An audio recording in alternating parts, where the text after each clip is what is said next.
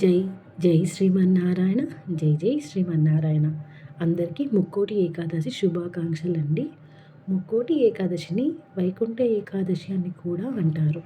అసలు ఎందుకు ఇలా అంటారు అంటే, శ్రీ మహావిష్ణువు పాలసముద్రంలో ఉండే విషయం మనందరికీ తెలిసిందే కదా.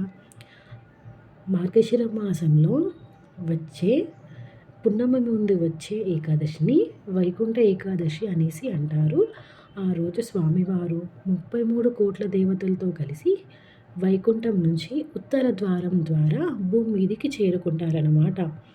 అందుకే ఈ పర్వదినాన్ని ముక్కోటి ఏకాదశి లేదా వైకుంఠ ఏకాదశి అనేసి అంటారు.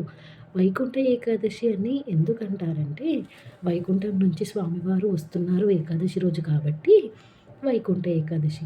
ముక్కోటి ఏకాదశి అని ఎందుకంటారంటే, ముక్కోట్ల దేవతలతో కలిసి స్వామివారు వస్తున్నారు కాబట్టి ముక్కోటి ఏకాదశి అనేసి అంటారు.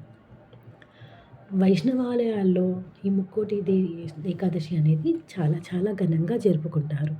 ప్రతి గుళ్ళో నార్మల్గా మనం వెళ్ళే రూట్ కాకుండా ఉత్తర ద్వారం అంటూ మనకు ఏర్పాటు చేస్తారు. ఈ ద్వారం ద్వారా మనం స్వామిని దర్శించుకుంటే చాలా చాలా పుణ్యము, చాలా చాలా విశేషము కూడా. మామూలుగా మనం మార్గశిర మాసంలో వచ్చే పున్నమ ముందు వచ్చే ఏకాదశిని వైకుంఠ ఏకాదశి అనేసి పలుకుతాము. వైకుంఠ ఏకాదశి రోజు గుడికి వెళ్ళితే ఎంత పుణ్యం అంటే, సకల దేవతల్ని ఒకటేసారి దర్శించుకున్న పుణ్యం కూడా మనకి వస్తుంది.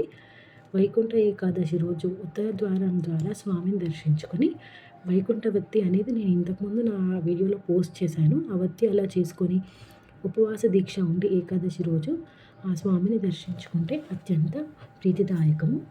అందరికీ ఏకాదశి, ద్వాదశి, ఏకాదశి, దశమి, ద్వాదశి తిథులు అనేది అందరికీ తెలుసు.